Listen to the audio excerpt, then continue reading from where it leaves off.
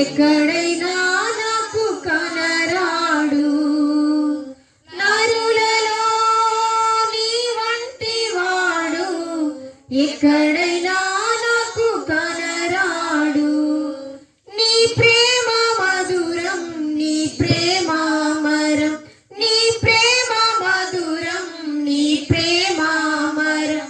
పరలోక సౌందర్య తేజోమయుడా, 10,000లో అతి సుందరుడా. పరలోక సౌందర్య తేజోమయుడా, 10,000లో అతి సుందరుడా. ఎప్పుడయ్యా లోక కళ్యాణము, ఎక్కడయ్యా మహోత్సవం, ఎప్పుడయ్యా లోక కళ్యాణము, ఎక్కడయ్యా మహోత్సవం. మధ్యాకాశమా మహిమలో కానలా, మధ్యాకాశమా మహిమలో కానలా. నా ప్రియుడా, నా ప్రియ యేసు, నా వరుడా, పెళ్లి కుమారుడా. నా ప్రియుడా, నా ప్రియ యేసు, నా వరుడా, పెళ్లి కుమారుడా. ఎప్పుడయ్యా యొక్క కళ్యాణము, ఎక్కడయ్యా మహోత్సవం, ఎప్పుడయ్యా యొక్క కళ్యాణము, ఎక్కడయ్యా మహోత్సవం. మధ్యాకాశమా మహిమలో కానలా, మధ్యాకాశమా మహిమలో కానలా. నా ప్రియుడా, నా ప్రియ యేసు, నా వరుడా, పెళ్లి కుమారుడా. నా ప్రియుడా, నా ప్రియ యేసు, నా వరుడా, పెళ్లి కుమారుడా. సర్వాన్ని విడచి నీ కొరకు రాగా, నా ప్రాణ ప్రియుడా నాకెదురొచ్చినావా. సర్వాన్ని విడచి నీ కొరకు రాగా, నా ప్రాణ ప్రియుడా నాకెదురొచ్చినావా. నీ విడచిపోగా నిన్ను హత్తుకున్నా, నీ విడచిపోగా నిన్ను హత్తుకున్నా. పరలోక సౌందర్య తేజోమయుడా, 10,000లో అతి సుందరుడా. పరలోక సౌందర్య తేజోమయుడా, 10,000లో అతి సుందరుడా. ఎప్పుడయ్యా లోక కళ్యాణము, ఎక్కడయ్యా మహోత్సవం, ఎప్పుడయ్యా లోక కళ్యాణము, ఎక్కడయ్యా మహోత్సవం. మధ్యాకాశమా మహిమలో కానలా, మధ్యాకాశమా మహిమలో కానలా. నా ప్రియుడా, నా ప్రియ యేసు, నా వరుడా, పెళ్లి కుమారుడా. నా ప్రియుడా, నా ప్రియ యేసు, నా వరుడా, పెళ్లి కుమారుడా. కొరకు వాక్యం కొరకు ప్రసన్న సిస్టర్ గారు ప్రార్థన చేస్తారు. దానికంటే ముందుగా అభిషక్తురాలు, దైవజనురాలు, దేవునికి మానవునికి వారధిగా నిలిచినటువంటి ఆత్మాభిషేకంతో నింపబడి దేశ విదేశాలలో బహుబలముగా దేవుని యొక్క ఘనమైన పరిచర్యలో సాధనముగా వాడబడుతున్నటువంటి దైవజనురాలు అభిషక్తురాలు దీవెన రామినేని గారిని నీతి సూనిధి సన్నిధి మినిస్ట్రీస్ వారు ఈ యొక్క పరిచయం నుంచి మనము ప్రేమపూర్వకంగా ఆహ్వానం మనము తెలుపుదాము. అందరము చప్పట్లు కొడుతూ అభిషక్తురాలు మనం ఆహ్వానిద్దాము. అందరము చప్పట్లు కొడుతూ అభిషక్తురాలు మనం ఆహ్వానిద్దాము. వాక్యం కొరకు ప్రసన్న శిష్యుగా ప్రార్థన చేస్తారు. అందరూ కూర్చోవలసిందిగా ప్రభు పేటకు వచ్చి ఉన్నాను. సంఘ బిడ్డలందరూ కూడా త్వరపడి ప్రాంగణంలోనికి రావాల్సిందిగా ప్రభు పేట కోరుచు ఉన్నాను. వాక్యము ప్రకటింపబడుతుంది. ఈ వాక్యము సజీవమైనది. సంఘ బిడ్డలందరూ కూడా త్వరపడి ప్రాంగణంలోనికి రావాల్సిందిగా ప్రభు పేట నేను కోరుచు ఉన్నాను. ప్రసన్న శిష్యుడు గారు ప్రార్థన చేస్తారు.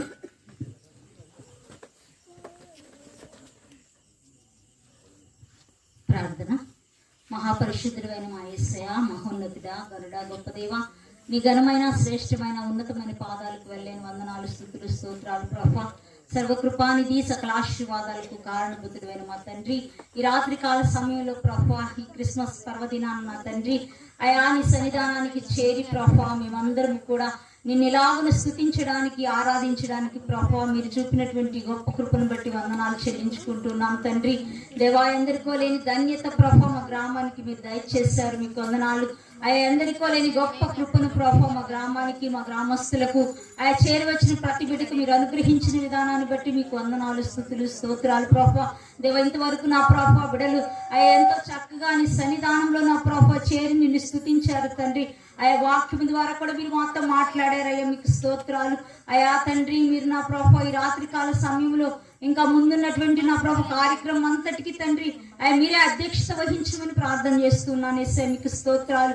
అయా ఈ క్రిస్మస్ దినాల్లో ప్రభా అయా క్రీస్తు మాలో పుట్టినది నా ప్రభా. అయా క్రిస్మస్ అంటే నా ప్రభా అయా మీరు ఎప్పుడో జన్మించారు, కానీ నా తండ్రి మా హృదయాల్లో నా ప్రభా మీరు ఉన్నారో లేదో మమ్మల్ని మేము పరిశీలన చేసుకోవడానికి సహాయం చేయండి ప్రభా. అయా దైవజనురాలు నా ప్రభా దీవెన గారిని అయా మీరు నా తండ్రి దూర ప్రాంతం నుంచి అయా వారి నా ప్రభా మీరు తీసుకుని వచ్చారు క్షేమంగా, మీకు వందనాలు ప్రభా. అయా సమస్త విషయాల్లో ప్రభా మీరు సహాయం చేస్తున్నందుకు వందనాలు. ప్రత్యేకించి నా ప్రభా నీ వాక్కుల ద్వారా మీరు మాతో మాట్లాడండి. అయ్యా మేము చేరి ఉన్నామంటే ప్రభా అయా నా తండ్రి మా హృదయాలన్నీ ఖాళీగా నా ప్రభా మీ సన్నిధానానికి వచ్చాం. ఆయన నీ వాక్యాన్ని నింపుకొని నా ప్రభా ఆయన మా హృదయాన్ని సరి చేసుకున్న తండ్రి ఆయన నువ్వు మాట్లాడినప్పుడు గ్రహించగలిగినటువంటి ఆయన మనస్సు మాకు దయచేయమని ప్రభా. ఆయన ఎక్కడ నా ప్రభా సాతానుడు దుష్టుడు ఏర్పడి చేయకుండా ప్రతి విధమైన చీకటిని బంధిస్తూ ఉండగా నా ప్రభా ఈ రాత్రి కాల సమయంలో తండ్రి మీరే మీ వాక్కుల ద్వారా మాతో మాట్లాడమని, రెండంచెలకు అర్థమైనటువంటి నీ మాటలు ప్రభా అయా మాతో మాట్లాడండి, సంధించండి ప్రభా. మమ్మల్ని మేము సరి చేసుకోవడానికి రాత్రి సహాయం చేయమని అయా నిలబడబోతున్నటువంటి దాసురాల్ని సమస్తాన్ని నా ప్రభా మీ ఆత్మ స్వాధీనానికి అప్పగిస్తూ ఉండగా మీరే కార్యాన్ని జయకరంగా జరిగించమని నజరేయుడైన యేసుక్రీస్తు సర్వశక్తి కలిగిన నామంలో బ్రతిమాలి అడిగి వేడుకుని ప్రార్థిస్తూ ఉన్నాను తండ్రి, ఆమేన్. ప్రార్థించినటువంటి ప్రసన్న సిస్టర్ గారి కుటుంబాన్ని దేవాతి దేవుడు దీవించి ఆశీర్వదించును గాక. మరి ప్రత్యేకమైన పాట పాడిన తర్వాత మరి అభిషక్తురాల గురించి నేను కొన్ని విషయాలు మాట్లాడతాను, మీతో పంచుకుంటాను. ఆమె యొక్క సాక్ష్యం గురించి మీతో పంచుకోవాలని అనుకుంటూ ఉన్నాను. సిస్టర్ గారి వాళ్ళు ముందుకు వచ్చి ప్రత్యేకమైన పాట పాడచ్చు, ప్రభుని కనపరుస్తారు.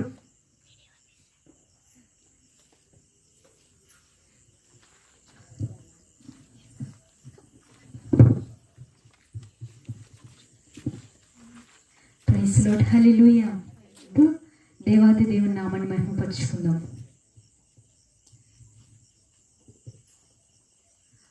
ఆనందమే మహా సంతోషమే యేసు పుట్టేలలో, ఆనందమే మహా సంతోషమే యేసు పుట్టేలలో, ఆనందమే మహా సంతోషమే యేసు పుట్టేలలో, ఆనందమే మహా సంతోషమే యేసు పుట్టేలలో, ఆనందమే మహా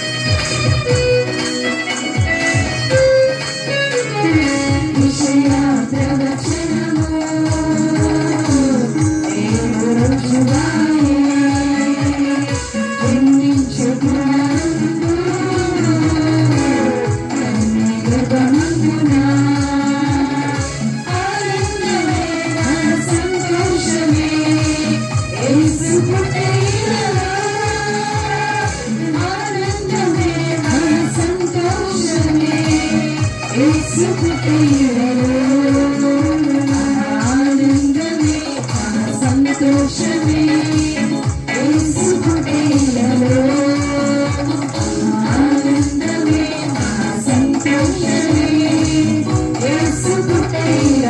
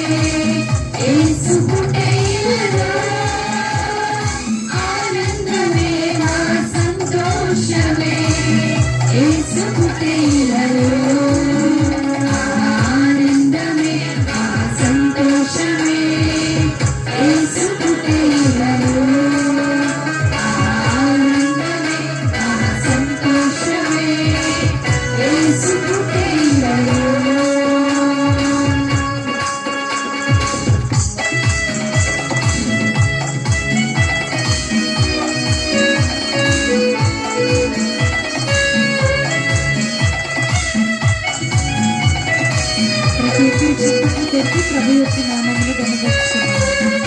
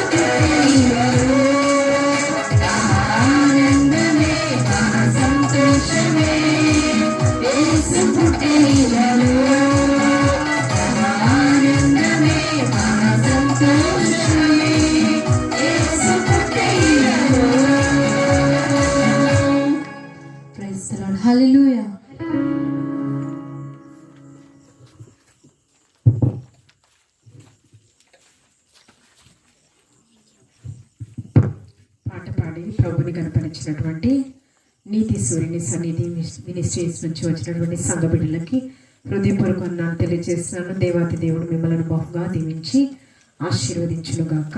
ఆమేన్. మరి వాక్యోపదేశానికి ముందు అభిషక్తురాల గురించి కొన్ని మాటలు మీతో పంచుకోవాలని నేను ఆశపడుచు ఉన్నాను. ఇదే మీ ముఖస్తుతి చేయడం అయితే కాదు. దేవుని యొక్క ఘనమైన పరిచర్యలో యవ్వన కాలం నుంచి యేసు భక్త తండ్రి గారు అభిషక్తులు ఆ పరిచర్యలో ఘనమైన పరిచర్యలో కుమార్తె బహుబలముగా వాడబడుచుంది. నీతి సన్నిధి సూర్యుని మినిస్ట్రీస్ వ్యవస్థాపకులు యేసు భక్త తండ్రి గారు దైవజనులు. నిజంగా తండ్రికి తగ్గ కుమార్తె గురించి నేను చెప్పడానికి చాలా సంతోషిస్తూ ఉన్నాను. దేశ విదేశాలలో బహుబలముగా వాక్య పరిచర్య చేయటకు దైవజనురాలని దేవాతి దేవుడు ఒక పాత్రగా వాడుకుంటూ ఉన్నాడు. స్త్రీ తలుచుకుంటే రాజ్యాలు, స్త్రీ తలుచుకుంటే ఏదైనా చేయగలరు. స్త్రీ అబల కాదు, సబల కదా. అది సబల అంటే లోక సంబంధమైన విషయాల్లో అయితే కాదు. దీనిలో ప్రకటించు స్త్రీలు గొప్ప సైన్య సమూహం వల్లే ఏం ప్రకటించాలి? సజీవమైన వాక్కులు, పరలోకానికి చేర్చే వాక్కులు. ఏమండి, ఈ సజీవమైన వాక్కులను ప్రకటన చేయటకు అభిషక్తురాలను పాత్రగా దేవాతి దేవుడు వాడుకుంటూ అంచెలంచెలుగా గొప్ప ఆధిక్యతను అనేకమైన వేల సభలలో కూడా నీ కుమార్తె ప్రసంగిస్తూ వాక్యోపదేశకురాలుగా దేవాతి దేవుడు ప్రతినిధిగా దేవాతి దేవుడు ఏర్పాటు చేసుకోవడం జరిగింది. ఎంత ఎత్తు ఎదిగినా ఒదిగి ఉండే లక్షణాలు సేవకురాలకి చాలా ఎక్కువగా ఉన్నాయి. నాకు కూడా చెప్తూ ఉంటుంది, చెల్లి అక్క నువ్వు ఇంకా చాలా ధైర్యంగా ఉండాలి అక్క అని చెప్తుంది. నాకు ఎక్కువగా ధైర్యంగా ఉండు అని చెప్పే అభిషక్తురాలు ఈ సహోదరి. చాలా మంది చెప్తూ ఉంటారు. ఈ దైవజనురాలు మాత్రము, సహోదరి చెల్లి మాత్రము మరి ఎక్కువగా చెప్తూ ఉంటాయి, నువ్వు ఇలా ఉండడానికి వీల్లేదక్క, చాలా ధైర్యంగా ఉండాలి నువ్వు అని చెప్తూ ఉంటుంది. అలాగే ధైర్యంగా మనల్ని బలపరిచే వారు సహకారులుగా సహవాసంలో ఉండేలా మనల్ని మనం ఏర్పాటు చేసుకోవాలి. చాలా మంది ఉంటారు. దేవాతి దేవుడు పిరికితనము కలిగినటువంటి ఆత్మను మనకి ఇవ్వలేదు, కానీ ఇంద్రియ నిగ్రహము కలిగినటువంటి ఆత్మ. ఆ ఆత్మ దైవజనురాలకి పుష్కలంగా ఉందని నేను చెప్తున్నాను. ఎలా ఉంది? పుష్కలంగా ఉంది. అది మీకు కూడా పంచడానికి వచ్చారు. మీరు ఎప్పుడు పాస్టర్ గారు ఏదో ఒకటి ప్రార్థన పెడుతూనే ఉంటారు. మాకు జనవరి 14 మీరు వచ్చారు కదమ్మా ప్రతిష్టకి, ఫస్ట్ యానివర్సరీ సెలబ్రేషన్. మాకు ఆల్రెడీ ఏమని ఉందంటే డిసెంబర్ పండుగల 25వ తారీఖు పెట్టుకుంటాము పాస్టర్ గారు, ఇంత ప్రయాస ఇప్పుడు దేనికి, యానివర్సరీ సెలబ్రేషన్ జరుపుకుంటాం కదా, అయినా మనం విడిచిపెట్టాం కదా వీళ్ళని. ఈ క్రిస్మస్ పండుగలో దేవాతి దేవుడు బహుబలముగా వాక్యముతో మీ హృదయాన్ని సంధించాలి. ఎవరి ద్వారా? దేవుని ప్రతినిధి అయినటువంటి దైవజనురాలు అభిషక్తురాలు ద్వారా. కాబట్టి వాక్యం శ్రద్ధగా వినండి. మీరు ఖచ్చితంగా మీలో కొన్ని మార్పులు మీరు చూస్తారు. ప్రవచన వరం ఉన్న దైవజనులు, స్వస్థత వరం ఉన్న దైవజనులు తండ్రి గారు, దెయ్యాల నుంచి విడుదల పొందే వరము. నిజంగా మొన్న మీరు రాలేదు యానివర్సరీ సెలబ్రేషన్స్, ఎంతో మంది ఆ తండ్రి చేత ప్రార్థన చేయించుకున్నటువంటి వారు. అక్కడ నుంచి వచ్చిన తర్వాత మనలో ఎంత మార్పు వచ్చిందంటే, ఆటో పెట్టండి పాస్టర్ గారు మేము వస్తాం ప్రార్థనకి అని అంటూ ఉన్నారు. మార్పు కార్యారంభం కంటే కార్యాంతమే గొప్పది. దేవుని యొక్క దైవజనురాలు వాక్యాన్ని ప్రకటిస్తూ ఉన్నప్పుడు శ్రద్ధగా వినండి. ఇది ఎప్పుడు వచ్చేది కాదు కదా, క్రిస్మస్ పండుగ. నిద్రలు ఏమి అలసటలు ఇక్కడ ఏమి ఉంచుకోకుండా శ్రద్ధగా దేవుని యొక్క వాక్యము మీరు వినవలసిందిగా ప్రభు పెట్టి నేను కోరుచు ఉన్నాను. దైవజనురాలు అభిషక్తురాలు నేను ఆహ్వానిస్తూ ఉన్నాను.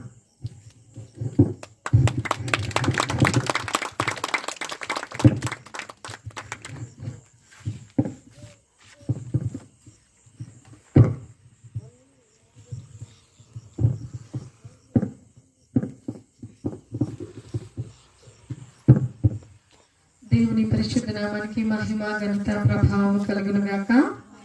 ఆమేన్. హల్లెలూయా. పరమ తండ్రికి స్తోత్రం.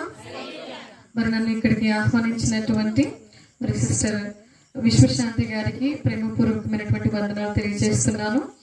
మరి సంఘం అంతటికి కూడా ప్రేమపూర్వక వందనాలు తెలియజేస్తున్నాను. మరి సౌండ్ సిస్టమ్ వారికి, అలాగే యేసు పంకులకి, మరి మా సంఘం నుండి వచ్చినటువంటి బిడ్డలకు, పెద్దలకు, చిన్నలకు అందరికీ కూడా శుభాలు తెలియజేస్తూ ఉన్నాను. మరి మంచి సమయంలోనికి వచ్చాం. సిస్టర్ గారు అయితే నా గురించి కొంచెం ఎక్కువే చెప్పారు, అంతైతే లేదు. ఏదైనా దేవుని కృపను బట్టి నేను వాడబడుతున్నాను. మరి మీకున్నటువంటి దైవజనరాలు కూడా మరి మామూలు సేవకురాలు కాదు. వైజాగ్ నుండి ఎంతో భారభరితమైన పరిచర్య. ఇదేమన్నా పొన్నూరు, గుంటూరు అనుకుంటున్నారా? లేకపోతే పొన్నూరు, బాపట్ల అనుకుంటున్నారా? ఎంత దూరం అండి? వైజాగ్ 800 కిలోమీటర్లు. ఇందాక మేము కొంచెం కన్ఫ్యూజ్ అయ్యాము, అడ్రస్ కన్ఫ్యూజ్ అయ్యి అంతకుముందు 2 times వచ్చిన. నైట్ టైం కదా, అక్కయ్యపాలెం అని కొడితే ఎక్కడ చూపిస్తుందో తెలుసా? వైజాగ్ దగ్గర చూపిస్తుంది. మన వాళ్ళు అంటున్నారు, ఏంటమ్మా ఇన్ని గంటలు చూపిస్తుంది అని. మరి అంత సుదూర ప్రయాణాలు చేసి మాటికి తను అక్కడ ఉంటారు కానీ మనసంతా ఎక్కడ ఉంటుందో తెలుసా? సిస్టర్ గారు ఫోన్ లో మాట్లాడినప్పుడు కూడా ఎక్కువగా చెప్పేది, అమ్మా ఇక్కడ స్థానిక సంఘం కోసం ఎక్కువగా ప్రార్థన చేయండి, ఇక్కడ అనేక మంది బలపరచబడాలని. ఆమె అక్కడ ఉంటారు కానీ మనసంతా ఇక్కడే ఉంటుంది. దేవుని ప్రియబిడ్డలారా, మరి అక్కడ అన్ని బ్రాంచ్ చర్చిలు ఉన్నాయి కదా, చాలా ఎక్కువ పరిచర్య అక్కడ ఉంది. అవన్నీ కూడా ప్రక్కన పెట్టి ఇక్కడ దేవుడు దర్శనం ఇచ్చారు అని చెప్పి ఇక్కడికి వచ్చి ఇంత మారుమూల ప్రాంతంలో పరిచర్య ఎందుకు చేస్తున్నారో తెలుసా? మిమ్మల్ని బలపరచడానికి, మీ కుటుంబాలను రక్షించడానికి. హల్లెలూయా. అటువంటి దైవజనరాలు మీ మధ్యన ఉండటం అది మీకు ఎంతో దీవెనకరం, ఆశీర్వాదకరం. కాబట్టి ఆమెకు మీరు వెన్నెముకలా ఉండాలి. ఎలా ఉండాలి? అంతేగాని కంట్లో నలుసులాగా ఉండకూడదు. అంతే కదా. ఇప్పుడు ఆరాధన పెట్టుకున్నాము అంటే అందరూ కూడా ఏం చేయాలి? సమయానికి వచ్చి, మీరు పనులు చేసినా చేయకపోయినా ఆ సహకరించేది వేరు. కనీసం దైవజనరాలు ఎంత ప్రయాసపడి ప్రోగ్రామ్స్ అన్ని పక్కన పెట్టుకొని ఇక్కడ ఈ సంఘంలో మొట్టమొదటి ప్రార్థన జరగాలని ఎంతో ఆశతో తన యొక్క షెడ్యూల్ అంతా పక్కన పెట్టుకుని ఇక్కడికి వచ్చి ప్రార్థన జరిగిస్తుంటే మరి దగ్గర ఉన్నవారు, పక్కన ఇల్లు ఉన్నవారు కూడా రాలేకపోతున్నారంటే అది నాకు చాలా బాధాకరంగా అనిపిస్తుంది. ఏదేమైనా కానీ ఒక మనిషి ముందుకు వెళ్ళాలంటే, అది ఆడవారు కావచ్చు, మగవారు కావచ్చు, ఒక మనిషి బలంగా ఉండాలంటే వెన్నెముక ఎలా ఉండాలో తెలుసా? బలంగా ఉండాలి. వెన్నెముక బలంగా ఉంటేనే మనిషి కూర్చోగలడు, నుంచోగలడు, నడవగలడు, పనులు చేయగలడు. అదే వెన్నెముక సరిగ్గా లేకపోతే కనీసం పొడుగును కూడా పడుకోలేరు. ఈరోజు దైవ సేవకులకు, దైవ సేవకురాలకి సంఘం ఎలా ఉండాలో తెలుసా? వెన్నెముకగా ఉండాలి. మీరు ఏదైనా చేయండి, మేము ఉంటాము అంటే వారు ఎంతో సంతోషంతో ఇంకో గొప్ప పరిచర్య చేస్తారు. కాబట్టి ఈ రోజు దేవుడు మిమ్మల్ని అందరినీ ఎలా ఉండమని కోరుకుంటున్నాడు తెలుసా? వెన్నెముకగా. హల్లెలూయా. దైవజనురాలకి లేకపోతే దైవ సేవకులకి మీరు పరిచర్యలు ఎప్పుడు కూడా సహకారాన్ని అందించేవారిగా ఉండాలి. దేవునికి మహిమ కలుగును గాక. దేవుడు తన ప్రియకుమార్తెను కూడా ప్రేమించి దేశ విదేశాల్లో చక్కగా వాడుకుంటున్నారు. మరి మీ ప్రార్థనలు ఎప్పుడు కూడా దైవజనరాల కోసం కావాలి. ఆమె కూడా ఎక్కువగా ఉపవాస ప్రార్థనలో ఉంటారు, మీ అందరి కోసం ప్రార్థిస్తారు. మరి మీ ప్రార్థనలు కూడా వారికి ఎంతో అవసరం. కాబట్టి మీరు కూడా వ్యక్తిగత ప్రార్థనలో వారి కోసం ప్రార్థించవలసిందిగా నేను కోరుతున్నాను. హల్లెలూయా. పరమ తండ్రికి స్తోత్రం. అందరూ హ్యాపీగా ఉన్నారా? ఇప్పుడు దాకా మా పాస్టర్ గారు క్లాస్ స్పీకర్, ఇప్పుడు ఇంకొక ఆవిడ వచ్చింది అన్నట్టు చూస్తున్నారు. ఒక్కొక్కరు ఎలా ఉన్నారు? మీరు హ్యాపీగా ఉన్నారా? ఒక్కల మొహంలో కనిపించట్లా, ఏదో ఫేక్ స్మైల్ ఇలా పెట్టుకుని పైకి నవ్వుతున్నట్టు కనిపిస్తుంది. సంతోషంగా ఉన్న వారందరూ దేవునికి స్తోత్రాలు గట్టిగా చెప్పండి. సంతోషంగా ఉన్న వారందరూ గట్టిగా చెప్పండి. హల్లెలూయా. ఇక్కడ స్తోత్రాలు చెల్లిస్తే ఇక్కడే వినిపించట్లేదు. ఇంకా పరలోకానికి ఏమంటే మన స్వరాలు ఇంకొంచెం ఎనర్జెటిక్ గా ఉండాలి. దేవునికి మహిమ కలుగును గాక. ఆమేన్. హల్లెలూయా. ఇంకా ఏమాత్రం కూడా ఆలస్యం లేకుండా వాక్య ధ్యానంలోనికి వెళ్దాం. టైం కరెక్ట్ గా 9:09 అయింది. ఎంతసేపు చెప్పమంటారు?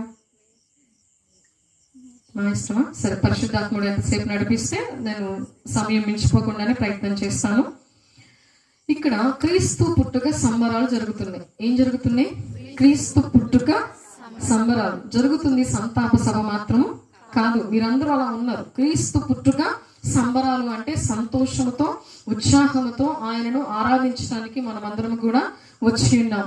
ఆయన ఈ భూమి మీదకి వచ్చినప్పుడు దేవదూతలట పరలోకంలో ఉండలేకపోయారట. ఎందుకంటే ఆయన లేని పరలోకం మాకెందుకని భూమి మీదకి వచ్చి ఆరాధించారట. హల్లెలూయా. ఆ యొక్క మహిమాన్వితుడు దేవదేవుడు కోట్ల కొలది దేవదూతలను, పరలోకాన్ని, తన మహిమను, తన సింహాసనాన్ని విడిచి ఈ భూమి మీదకి ఎందుకు వచ్చాడో తెలుసా? నీ కొరకు, నా కొరకు. హల్లెలూయా. ఈ రోజు ఆ యొక్క విషయాన్ని గ్రహించాలని ఆయన ఆశపడుతున్నాడు. ఆయన పుట్టింది నువ్వు ఇంటికి రంగులు వేసుకుంటావని కాదు, ఆయన పుట్టింది నువ్వు అరిసెలు వండుకుంటావని కాదు, నీ యొక్క పంటికి పండగ, ఒంటికి పండగ చేసుకుంటావని కానే కాదు. ఆయన నీ జీవితాన్ని మార్చడానికి వచ్చి ఉన్నారు. హల్లెలూయా. ఈరోజు ఆ దేవాది దేవుడు, మహిమాన్వితుడు, సర్వశక్తిమంతుడు, సర్వాధికారి అయినటువంటి ప్రభువు నీ కొరకు, నా కొరకు భూమి మీదకి వచ్చారు అనేటువంటి విషయాన్ని మనం ఎల్లప్పుడూ కూడా జ్ఞాపకము చేసుకునే వారిగా ఉండాలి. ఎంత గొప్ప వారి పుట్టుక అయినా కొంతమందిని మాత్రమే సంతోషపరుస్తుంది. అవునా కదండి? ఈరోజు మన గృహంలో ఎవరైనా చిన్న బిడ్డ పుట్టారనుకోండి, ఎవరికి సంతోషం ఉంటుంది? మన కుటుంబం వరకు, మన రక్త సంబంధుల వరకు, లేకపోతే మన వంశం వరకు ఉంటుంది. అదే రాజకీయ నాయకులు అనుకోండి, మనము పేర్లు ఎత్తితే మరి ఆ పార్టీ ఈ పార్టీ అని కాదు, ఒక మనిషి పుడితే ఆ పార్టీ వారికి, లేకపోతే లీడ్ చేస్తున్న వారికి సంతోషం ఉంటుంది. ఇప్పుడు మనకి జాతిపిత మహాత్మా గాంధీ అంటారు. ఆయన పుట్టినందుకు మన దేశం మాత్రమే సంతోషిస్తుంది. ప్రపంచ దేశాలను ఏమైనా సంతోషిస్తున్నాయా? ఆయన మనందరి సంతోషానికి కారణం కానీ ప్రపంచ సంతోషానికి కారణం కాదు. ఎంతో మంది భూమి మీద పుట్టారు కానీ కొంతమందిని ప్రభావితం చేయగలిగారు. కానీ యేసుక్రీస్తు వారి పుట్టుక ప్రపంచ మానవాళిని సంతోషపరచగలిగింది. హల్లెలూయా. ఈరోజు ఆ యొక్క సంతోషాన్ని, ఆ యొక్క జన్మదినాన్ని మనం పురస్కరించుకొని ఆయన ఎందుకు ఈ భూమి మీదకి వచ్చారో మనము లోతైన వాక్య ధ్యానంలోనికి వెళ్దాము. దేవుని ప్రియబిడ్డలారా, ఎంత గొప్ప వారి పుట్టుకైనా ఒక్కసారి జ్ఞాపకం ఉంచుకోండి, కొంతమందిని మాత్రమే సంతోషపరుస్తుంది. అది ప్రపంచ నాయకులు కావచ్చు, లేకపోతే దేశ నాయకులు కావచ్చు, జాతీయ నాయకులు కావచ్చు, కానీ క్రీస్తు వారి పుట్టుక ప్రపంచ మానవాళ్ళంతటిని కూడా సంతోషపరిచిందట. చాలా మంది ఎవరైనా మందిరానికి రమ్మంటే, అమ్మో మేము ఆ దేవుడి దగ్గరికి రాము, ఈ దేవుడి దగ్గరికి రాము అని చెప్పి కొంతమంది చెప్తా ఉంటారు. ఆయన ప్రపంచం అందరికీ దేవుడట. హల్లెలూయా. చాలా మంది అనుకుంటారు క్రిస్టియన్స్ అనగానే వెస్ట్రన్ నుండి తీసుకొచ్చారు, అంటే అమెరికా వాళ్ళ దేవుడు, బ్రిటిష్ వాళ్ళ దేవుడు, ఇంగ్లాండ్ వాళ్ళ దేవుడు అంటారు. కానీ ఆయన ఎవరికి దేవుడు అంట? ప్రపంచమంతటికి దేవుడట. ఆయన పుట్టినందుకు ప్రపంచమంతటికి అదొక సంతోషకరమైన వార్త అంట. ఆ మాట పరిశుద్ధ గ్రంథంలో రాయబడి ఉన్నదా లేదా? ఒకసారి చూద్దాం. లూకాసు వార్త 2వ అధ్యాయము 10వ వచనం. భయపడకుడి, ఇదిగో ప్రజలందరికీ కలుగబోవు మహా సంతోషకరమైన సువర్తమానము నేడు నేను మీకు తెలియజేయుచున్నాను. ఇదిగో దావీదు పట్టణమందు నేడు రక్షకుడు మీ కొరకు. అక్కడ ముందే ఉంది, ఇదిగో ప్రజలందరికీ కలుగబోవు. అక్కడ ఏమైనా దేశాలు మెన్షన్ చేస్తారా? ఓన్లీ ఇజ్రాయెల్ వారికి, లేకపోతే గల్ఫ్ కంట్రీస్ వారికి, లేకపోతే తూర్పు నఫ్తాలి దేశం వారికి, లేకపోతే జబులూను దేశం వారికి, గలిలయ వారికి అని ఏమన్నా మెన్షన్ చేస్తారా? ఇదిగో ప్రజలందరికీ. ప్రజలందరూ అంటే ఎవరు? ప్రపంచంలో ఉన్నటువంటి జనాంగం అంతటికి కూడా. ఇదిగో ప్రజలందరికీ కలగబోవు మహా సంతోషకరమైన సువర్తమానము నేడు నేను మీకు తెలియజేయుచున్నాను. నేడు దావీదు పట్టణమందు రక్షకుడు మీ కొరకు పుట్టి ఉన్నాడు. ఈ లోకంలో ఎన్నో సంతోషకరమైన వార్తలు, శుభవార్తలు దుర్వార్తలుగా మారతాయి. కానీ ఈయన పుట్టుక అనేది మనకి ఎప్పటికీ దుర్వార్త కాదు, ఎప్పటికీ శుభవార్తే. హల్లెలూయా. అది 2000 సంవత్సరాల క్రితం శుభవార్తగా ఉన్నది, ఇప్పుడు కూడా ఎలా ఉన్నది? శుభవార్తగానే ఉంది. కొంతమంది ఇదిగోండి మా అమ్మాయికి పెళ్లి కుదిరింది, మా అబ్బాయికి పెళ్లి కుదిరింది అని వెడ్డింగ్ కార్డ్ తీసుకొచ్చి అందరికి ఏం చెప్తారు? మీకు ఒక గుడ్ న్యూస్. లేకపోతే ఫోన్ చేసి ఏం చెప్తారు? మీకు ఒక గుడ్ న్యూస్.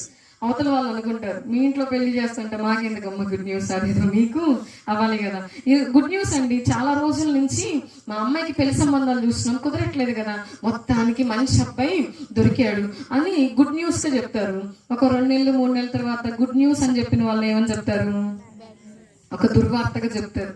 ఏమి సంబంధమోనండి, ఏమోనండి, మంచోళ్ళు అని చెప్పి చేసుకున్నాం, ఎంక్వైరీ కూడా చేయలేం, మా బంధువుల వాళ్ళే చూసారని చెప్పేసి చేసాం, ఆ అబ్బాయికి లేని అలవాటు లేదు అని అబ్బాయి గురించి చెప్తారు. అమ్మాయి గురించి అయితే అమ్మాయి అసలు బద్దకస్తురాలండి, 24 గంటలు ఫోన్ చూసుకుంటా ఉంటది, కనీసం కాఫీ పెట్టడం రాదు, టీ పెట్టడము రాదు. ఏమి పెళ్ళో ఏమో గాని పెళ్లి కాస్త పెటాకులు. 3 నెలల క్రితం అదేంటి గుడ్ న్యూసేగా, 3 నెలల తర్వాత ఏమైపోయింది? Bad news. చాలా మంది బైక్ కొనండి కొనండి అని పేరెంట్స్ ఏం చేస్తుంటారు? ఏడుస్తా, వాళ్ళు అదిరిస్తా బెదిరిస్తా ఉంటారు. నువ్వు గనక బైక్ కొనకపోతే నేనేం తినను అన్నావు. ఒకవేళ మీ పిల్లలు కూడా అలా చేస్తే తినకపోయావరా అని చెప్పేసి బైక్ మాత్రం కొనొద్దు, వదిలేసేయండి. 2 రోజులు కడుపు కాలితే వాళ్ళే తింటారు. దేవుని ప్రియ బిడ్డలారా, వాళ్ళు అన్నం తినట్లేదు, నువ్వు గారవం చేసి బైక్ కొనిస్తావు. బైక్ కొనిచ్చిన రోజు అందరికీ వాడు సంతోషంగా చూపించుకుంటాడు. నెలకో 2 నెలలకో వీడికి ఉన్నటువంటి స్పీడ్ కాక ఏమవుతుంది, యాక్సిడెంట్ అవుతుంది. అది ఇప్పుడు గుడ్ న్యూసా? 2 నెలల క్రితం బైక్ కొనటం అనేది గుడ్ న్యూసే. కానీ ఎప్పుడైతే బైక్ యాక్సిడెంట్ అయిందో అది న్యూస్ కాస్త ఏమైపోయింది, బ్యాడ్ న్యూస్ గా మారిపోయింది. అప్పుడు దాకా బైక్ ను ముద్దు పెట్టుకున్న అతను బైక్ ను ఒక కాలుతో తంతాడు. నీ వల్లే నాకు కాళ్ళు ఇరిగినాయి, ఎముకలు ఇరిగినాయి, నేను బెడ్ మీద ఉన్నాను, సంవత్సరం రెస్ట్ తీసుకోవాలంటాను. అంటే ఇలాగా ఎగ్జాంపుల్స్ చెప్పుకుంటే ఎన్నో శుభవార్తలు దుర్వార్తలుగా మారుతున్నటువంటి రోజుల్లో ఇప్పటికీ ఎప్పటికీ తరతరాలకు తరగని ఒక శుభవార్త ఉంది. ఏంటి అంటే, ప్రభు నీ కొరకు నా కొరకు పుట్టి ఉన్నాడు. హల్లెలూయా. చప్పట్లు కొట్టి ఆయన నామాన్ని మహిమపరుద్దాం. దేవుని ప్రియ బిడ్డలారా, ఇదిగో ప్రజలందరికీ కలుగబోవు మహా సంతోషకరమైన సువార్తమానం. ఎన్నో గుడ్ న్యూసెస్ బ్యాడ్ న్యూస్ గా టర్న్ అయి ఉండొచ్చు, కానీ ఇది ఎప్పటికీ శుభవార్త. ఇప్పటికి 2000 సంవత్సరాలైంది, ఇంకొక 2000 సంవత్సరాలు వచ్చినా కానీ ఇది అందరికీ కూడా శుభవార్తే. హల్లెలూయా. ఆ శుభవార్తను గురించినటువంటి మాటలను మనం ధ్యానించడానికి ఇక్కడ కూర్చున్నాం. దేని గురించి? ఆ శుభవార్త, ఆయన పుట్టుకలో ఉన్నటువంటి రహస్యాలను మనం తెలుసుకుందాం. దేవుని ప్రియ బిడ్డలారా, చాలా మంది ఆయన ఈ భూమి మీద పుట్టాడు కాబట్టి మనం ఏం చేసుకోవాలి, పండగ చేసుకోవాలని కేకలకు వస్తారు, లేకపోతే పిండి వంటలు వండుకుంటారు, కొత్త బట్టలు కొంటారు. కానీ ఆయనను కలిగి ఉన్నామనేటువంటి విషయాన్ని వారు గుర్తు చేసుకోరు. దేవుని ప్రియ బిడ్డలారా, ఈ రోజు క్రీస్తు పుట్టుకలో ఉన్నటువంటి 4 కారణాలను మనం చూద్దాం. ఎన్ని కారణాలు?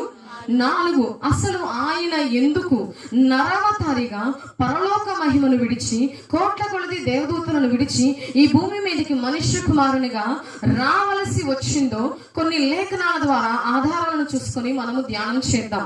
మొట్టమొదటిగా ఆయన ఎందుకు వచ్చారంటే, నశించిన దానిని వెదకి రక్షించుటకు. మొట్టమొదటి పాయింట్, ఆయన ఎందుకు రావాల్సి వచ్చింది? ఈ రోజు మేము ఇక్కడికి రావడానికి ఒక కారణం ఉంది, అవునా కదా? ఏం కారణం? వాక్యం ప్రసంగం చేయాలి, లేకపోతే మీ అందరితో కలిసి దేవుని ఆరాధించాలి. ఒక రీజన్ లేకుండా ఒక మనిషి ఒక ప్రాంతం నుండి ఇంకొక ప్రాంతానికి కదలరు. మీరు ఒకవేళ సెంటర్కి వెళ్ళాలన్నా ఒక రీజన్ ఉంటుంది, ఇంకొక ఊరు వెళ్ళాలన్నా ఒక కారణము ఉంటుంది. మరి పరలోకము నుండి భూమి మీదకి రావాలంటే ఎంతో పెద్ద కారణము ఉంటుంది కదా. అది ఏంటంటే, మొట్టమొదట నశించిన దానిని వెతికి రక్షించుటకు. ఒకసారి చూద్దాం, లూకాసు వార్త 19వ అధ్యాయం 10వ వచనం.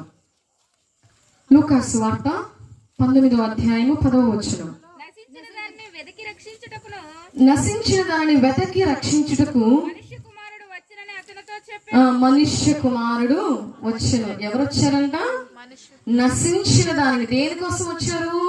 రీజన్ ముందే ఉంది, నశించిన దానిని వెతకి రక్షించుటకు. ఈ రోజు చాలా మంది నశించిపోతున్నారు. ఆయన ఎందుకు వచ్చారంటే, నశించిపోతున్న జనాంగం అంతటిని కూడా వెతకి రక్షించడానికి వచ్చారు. దేవుని ప్రియ బిడ్డలారా, కొన్ని రెస్టారెంట్స్, కొన్ని ఫుడ్ కోర్ట్స్ మనం వెళ్ళినప్పుడు కొంతమంది బ్యారర్స్ అంటే వచ్చి మనం ఏం చేస్తారు, మెనూ కార్డ్ ఇచ్చేసి ఆర్డర్ చేయమని ఆర్డర్ తీసుకుంటారు. కానీ కొన్ని ఫుడ్ కోర్ట్స్ కి, కొన్ని రెస్టారెంట్స్ కి వెళ్ళినప్పుడు సెల్ఫ్ సర్వీస్ అనే బోర్డుని చూస్తాం, అవునా కదా? అంటే మనమే కౌంటర్ లోకి వెళ్ళి టిఫిన్ చేయాలన్నా, భోజనం చేయాలన్నా కౌంటర్ లో డబ్బులు కట్టి, వారు ఆర్డర్ రెడీ అయింది అనగానే మనం ఏం చేయాలి, వెళ్ళి ఆ కౌంటర్ దగ్గర ఆర్డర్ తీసుకొచ్చి మన టేబుల్ మీద కూర్చొని తినాలి. ఇది కొన్నిట్లో. రక్షణ కూడా అట్లాగే ఎవరు మనకి సర్వ్ చేయరు, దేవాది దేవుడు తప్ప. హల్లెలూయా. నా భోజనం నేనే వండుకుంటున్నాను, నా కష్టార్జితం ఏదో నేనే సంపాదించుకుంటున్నాను, ఇంకా దేవుడితో నాకేం పని అనుకుంటున్నావేమో. ఈరోజు దేవుడు చెప్తున్నాడు, నీ అంతట నీవు పాప క్షమాపణ పొందలేవు, నీ అంతట నీవు రక్షణ పొందలేవు, నీ అంతట నీవు నాశనం అనే గోతి నుండి విడిపించబడలేవు. ఎందుకు అంటే, ఒక మానవుని హృదయం ఎటువంటిదో తెలుసా? అణుబాంబు కన్నా ప్రమాదకరమైనది. ఎవరి హృదయం? మనకి హిరోషిమా, నాగసాకి, జపాన్ది గుర్తొస్తే గనక ఇప్పటికీ అంటే వాళ్ళు భయపడిపోతుంటారు. ఆ యొక్క అణుబాంబు ప్రయోగించినప్పుడు దాదాపు ఒక 40 సంవత్సరాలు అక్కడ పచ్చగడ్డి కూడా మొలవలేదు. అంటే ఒక అణుబాంబు వేస్తే అక్కడ జీవన విధానం అనేది ఉండడానికి ఏమాత్రం కూడా వీలు ఉండదు. దానికన్నా ప్రమాదకరమైనది మానవుని యొక్క హృదయము. దేవుని ప్రియ బిడ్డలారా, ఎందుకు అంటే చెడిపోయిన తనను తాను మనిషి ఎప్పుడు కూడా బాగు చేసుకోలేడు. చెడిపోయిన వాడు తనను తానే బాగు చేసుకోలేని వాడు ఇతరులను ఎవరైనా బాగు చేయగలడా అంటే లేదు. అంటే నేను నశించిపోతున్నాను, నాకు ఈ చెడ్డ అలవాటు ఉంది కదా, నేను ఇప్పుడు బాగుపడాలని ప్రయత్నం చేస్తాడు కానీ వాడు దానిలో నుండి బయటికి రాలేక ఇంకా ఇంకా ఊబిలోనికి వెళతా ఉంటాడు. అందుకే ప్రభు అంటున్నాడు, నీ అంతట నీవు పాప క్షమాపణ పొందలేవు, నీ అంతట నీవు రక్షణ పొందుకోలేవు, కాబట్టి నేను ఎందుకు వచ్చానో తెలుసా, నశించిపోతున్న నిన్ను వెదకి రక్షించుటకు. నువ్వు ఎక్కడ ఉన్నావు, ఏ గోతిలో పడి ఉన్నావు, ఏ పాపం అనేటువంటి పంకిలంలో నువ్వు దాచిపడి ఉన్నావు, వాటన్నిటి నుండి నేను విడిపించడానికి తప్పించడానికి నేను ఈ భూమి మీదకి మనుష్య కుమారునిగా వచ్చి ఉన్నాను అంటున్నాడు. హల్లెలూయా.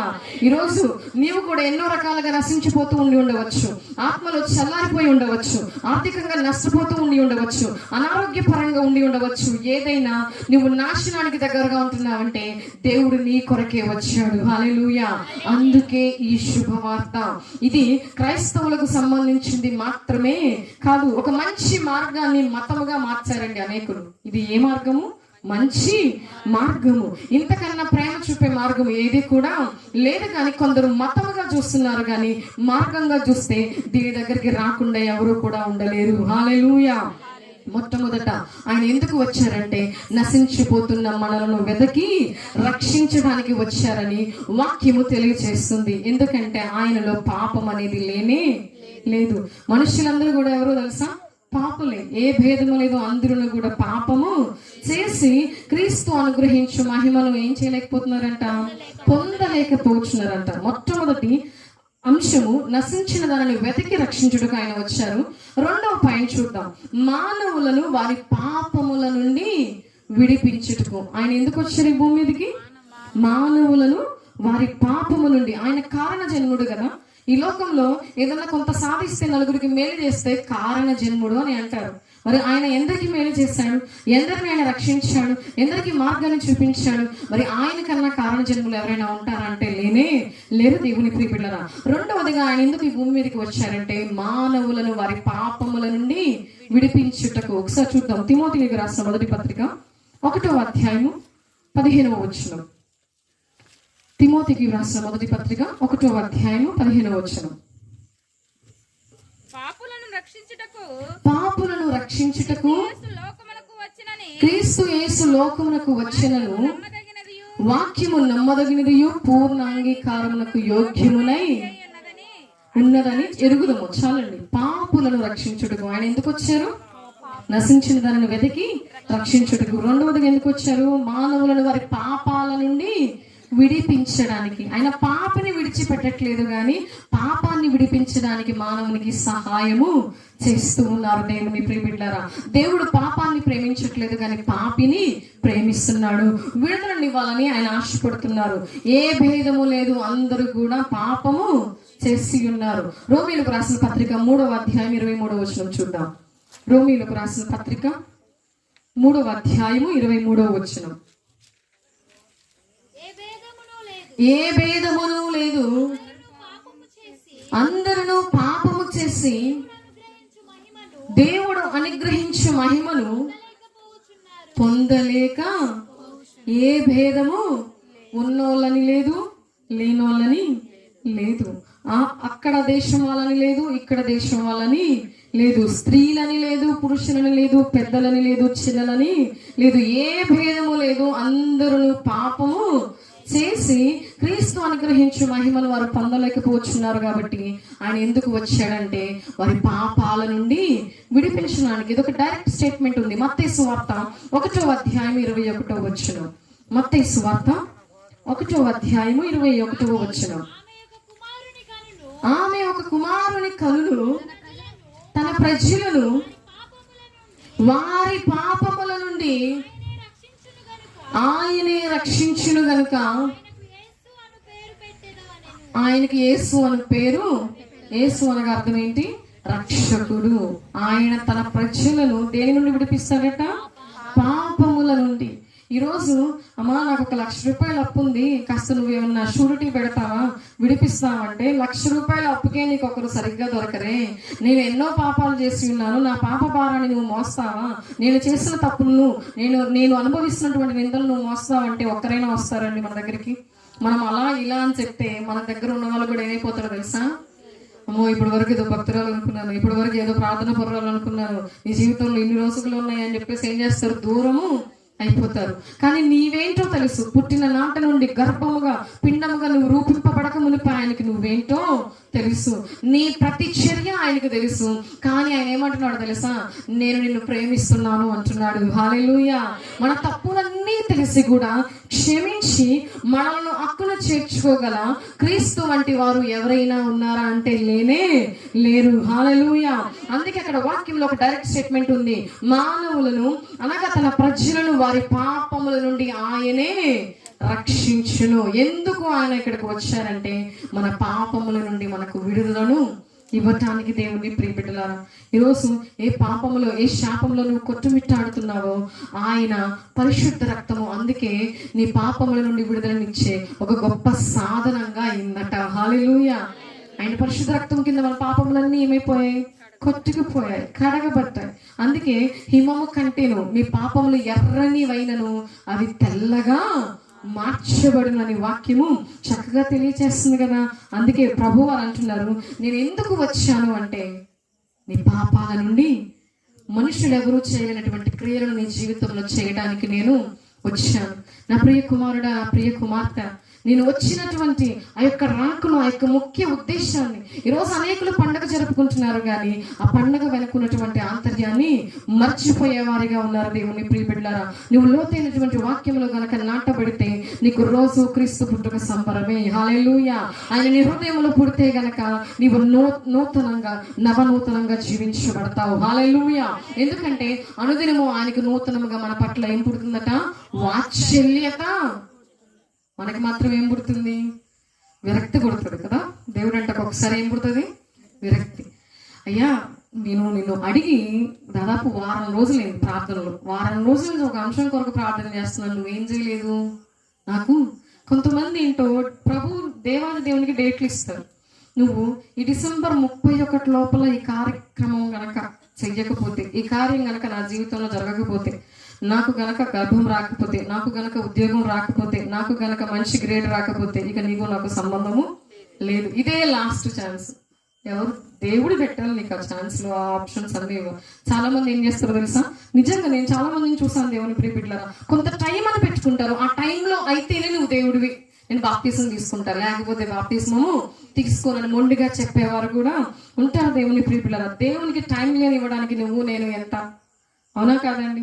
ఆయన ఊపిరి విడువగా ఆకాశాలకు అందం పుట్టిందంట. మరి మనం ఊపిరి విడిస్తే అందంగా ఉంటామా? చనిపోయి ఉంటామా? అప్పటి వరకు నవ్వుతూ ఉంటాం. చనిపోయిన వాడు నవ్వగలడా? చనిపోయిన వాడు మాట్లాడగలడా? చనిపోయిన వాడు జీవంని పొందుకోగలడా అంటే లేనే లేదు. దేవుని ప్రియబిడ్డలారా, ఈరోజు దేవుని ఒక వాక్యం సూటిగా నీతో మాట్లాడుతుంది. నేను పుట్టింది నీకు సమస్తము ఇవ్వడానికి, కానీ నువ్వు కొన్నిటిని మాత్రమే కోరుకుంటున్నావు, అక్కడనే ఆగిపోతున్నావు. ఈరోజు భౌతికపరమైనటువంటి ఆశీర్వాదాల కొరకు దేవుడు కావాలి, కానీ ఆత్మ అయిన దేవుడు ఆత్మ కార్యాల కొరకు కావాలని ఆశించేవారు చాలా తక్కువగా ఉన్నారు. ఒకవేళ మీలో కూడా అటువంటి మనస్తత్వాలు ఏమైనా ఉన్నాయేమో ఈరోజు ప్రభువుని క్షమించమని అడగండి. అయ్యా నా పాపాలను ముందు పెట్టుకొని నాకు ఆ కార్యం చేయి, ఈ కార్యం చేయని డిమాండ్ చేస్తున్నాను, కానీ అసలు నీ కృప పొందుటకు నేను అర్హురాలినా, నీవు క్షమించడం నేను అర్హురాలినా అని నిన్ను నీవు ప్రశ్నించుకుంటే దేవుడు ఈ రాత్రే నీతో మాట్లాడును గాక, ఆయన నిన్ను దర్శించును గాక, ఆయన నీ మనోనేత్రమును తెరచును గాక. ఆమేన్. రెండవ అంశము, ఆయన ఎందుకొరకు వచ్చారంటే మానవులను వారి పాపముల నుండి విడిపించటానికి వచ్చాడు. కాబట్టి ఈ పాపాల నుండి విడిపించేటువంటి అర్హత, అధికారం ఆయనకు తప్ప భూమి మీద ఎవరికి కూడా లేదు. దేవుని ప్రియబిడ్డలారా, మూడవ పాయింట్ చూద్దాము. నేను త్వరగా నేను ముగించడానికి ప్రయత్నం చేస్తున్నాను. మూడవ అంశం ఏంటంటే మానవులను పాతాళము లేదా నరకము నుండి తప్పించడానికి వచ్చారు. దేని కొరకు వచ్చారు? పాతాళము లేదా నరకము నుండి తప్పించడానికి వచ్చారు. పాతాళం ఉందా లేదా? నరకము ఉందా లేదా? ఎలా చెప్పగలరు? ప్రూఫ్ ఏమైనా ఉందా? బైబిల్లో ప్రూఫ్ ఉంది కదా.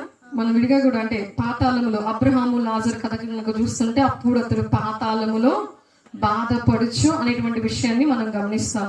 అయితే పాతాళము ఎవరి కొరకు చేయబడింది అంటే నీ కొరకు కాదు, నా కొరకు కాదు, అపవాదికిని వాని దూతలకును సిద్ధపరచబడింది. కానీ అపవాదికిని వాని దూతలకు సిద్ధపరచబడిన నిత్యాగ్నిలోనికి, పాతాళ లోకంలోనికి ఎవరు వెళ్తున్నారు? ప్రభు అనే బిడ్డలైనటువంటి మనమే వెళుతూ ఉన్నాం. ఒక్కొక్కసారి మార్గాన్ని సరి చేసుకోలేకపోతున్నాం. చాలా మందికి ఏంటో తెలుసా, అసలు నిజంగా పరలోకం అనేది ఉందా, నరకం అనేది ఉందా అని క్రైస్తవ్యాన్ని స్వీకరించినాక, క్రీస్తును నమ్ముకున్నాక, బాప్తిస్మ అనుభవంలోనికి వచ్చినాక కూడా అనేక అనుమానాలు వస్తూ ఉంటాయి. అటువంటి అనుమానాలు వస్తున్నాయంటే ఆత్మైన దేవుడు నీలో నివసించడం లేదు అని అర్థం. దేవుని ప్రియ బిడ్డలారా, ఆయన ఎందుకొరకు వచ్చారంటే మానవులను పాతాళము నుండి లేదా నరకము నుండి తప్పించడానికి. పాతాళం అనేది ఉంది అని ఖచ్చితంగా పరిశుద్ధ గ్రంథం తెలియజేస్తుంది. చూద్దాం, సామెతల గ్రంథము 15వ అధ్యాయము 24వ వచనం. సామెతల గ్రంథము 15వ అధ్యాయము 24వ వచనం. అందరూ జాగ్రత్తగా వినండి. క్రిందనున్న పాతాళమును తప్పించుకొనవలెనని బుద్ధిమంతుడు పరమునకు పోవు జీవ మార్గమున, క్రిందనున్న పాతాళమును తప్పించుకొనవలనని బుద్ధిమంతుడట పరమునకు పోవు జీవ మార్గమున. బుద్ధిమంతులైతే పాతాళానికి వెళ్ళకూడదు అని అనుకుంటారట. నిజానికి కొన్ని సంవత్సరాల క్రితము ఈ న్యూస్ మనకి సోషల్ మీడియా అంటే ఇప్పుడు ఉన్నట్లుగా ఫేస్బుక్, ఇన్స్టాగ్రామ్, యూట్యూబ్ ఇప్పుడు లేవు, కానీ ఒకప్పుడు ప్రింట్ మీడియా ఉండేది మనకి. అలాగే టెలివిజన్స్ లో న్యూస్ ఛానల్స్ కూడా ఎక్కువగా ఉండేవి. 2012వ సంవత్సరంలో అనుకుంటా బహుశా రష్యా సైంటిస్టులు కొన్ని శాస్త్రవేత్తలు కొన్ని పరిశోధనలు చేస్తూ ఉన్నారు. ఏదైనా బంగారం కావాలంటే మనకి ఎక్కడ దొరుకుతుంది? భూమి క్రింద భాగాల్లో, గనుల్లోనే దొరుకుతుంది. మనకి పెట్రోల్ కావచ్చు, డీజిల్ కావచ్చు, దానికి కావాల్సినటువంటి ముడి పదార్థాలు కావచ్చు, టైటానియం, యురేనియం, ఖనిజాలు, రాగి, కాపర్ ఉంటుంది కదా, ఇవన్నీ ఎక్కడ దొరుకుతాయి? భూమి కింద అడుగు భాగంలోనే. ఎంత లోతుగా వెళితే అంత విలువైనటువంటి ఖనిజాలు దొరుకుతాయి. భూమి మీద మనకు దొరికేది కొంతే, కానీ భూమి అడుగు భాగాన చాలా దొరుకుతాయి. అయితే వారు ఆ యొక్క పరిశోధన చేస్తూ వెళ్తున్నారట, సమాంతరంగా తవ్వుతూ ఉన్నారట. 1 కిలోమీటర్ కింద ఏముంది, 2 కిలోమీటర్ల కింద ఏముందంటే వాళ్ళకి కొన్ని విలువైనటువంటి పదార్థాలు, గ్రానైట్స్ కావచ్చు, కొంత కాపర్ కావచ్చు, ఇవన్నీ దొరుకుతూ ఉంటాయి.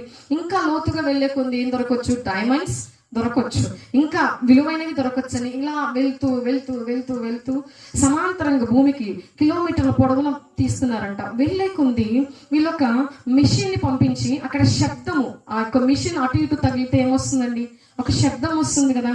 అక్కడ ఆ శబ్దాన్ని బట్టి వీరు ఆ యొక్క మెటల్ ఏది అనేటువంటి గ్రహించేటువంటి మెషిన్ ని లోపలికి పంపించారు. రిసీవర్ వారి చెవులకు పెట్టుకున్నారు. అంటే లోపల వాటర్ ప్రవహిస్తుంటే ఒక శబ్దం వస్తుంది, బంగారం ఉంటే చిన్నగా శబ్దం వస్తుంది, డైమండ్ ఉంటే కోసుకున్నట్టుగా. అంటే రకరకాల శబ్దాలు మీరు ముందుగానే పరిశోధించి పరీక్షించి మెటల్ ని బట్టి మనం గుర్తించవచ్చు, అక్కడ ఇంకొంచెం ఎక్కువ తవ్వచ్చు అని. అలా వెళ్తుండగా ఒక 40 కిలోమీటర్లు సమాంతరంగా భూమికి తవ్వినాక భయంకరమైనటువంటి ఏడుపులట, భయంకరమైనటువంటి రోదనలు, శబ్దాలు. ఆ యొక్క శబ్దం ఒక్కసారిగా అప్పటి వరకు రాలేదు. ఎప్పుడైతే లోపలికి లోతుగా వెళ్తున్నారో ఆ యొక్క శబ్దాలకి, ఆ యొక్క రోదన ధ్వనికి ఇక్కడ ఎవరైతే రిసీవర్ పెట్టుకున్నారో ఆ సౌండ్స్ వినడానికి వారి చెవుల్లో నుండి రక్తము వచ్చిందట. ఆ ఏడుపులు, ఆ కేకలు, ఆ శబ్దాలు వినలేక దేవుని ప్రియబిడ్డలారా వెంటనే లోపల ఏదో ఒక ప్రపంచము ఉన్నది.